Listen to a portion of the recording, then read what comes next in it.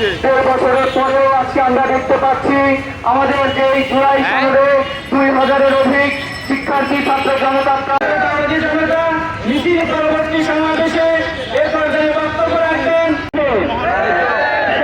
সন্ত্রাসী ছাত্রলীগ এই বিক্ষোভ মিছিলের এখন আমাদের সামনে বাধা দিয়ে উঠতে যাচ্ছে।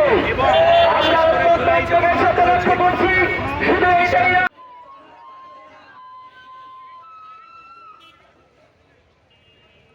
সহ সকল বিচার এবং আওয়ামী লীগ সহ সন্ত্রাসী গোষ্ঠীর যে সকল সন্ত্রাসী কার্যক্রমে তারা ঘোষণা চেষ্টা চালাচ্ছে সে ব্যাপারে প্রশাসনকে আমরা সতর্ক করার আহ্বান জানাচ্ছি এবং একই সাথে বাংলাদেশ ইসলামী ছাত্র শিবির বরিশাল মহানগরীর সংগ্রামী সেক্রেটারি আব্দুর রহমান সুজন, উপস্থিত আছেন বরিশাল বিশ্ববিদ্যালয়ের মেধাবী ছাত্র নেতা।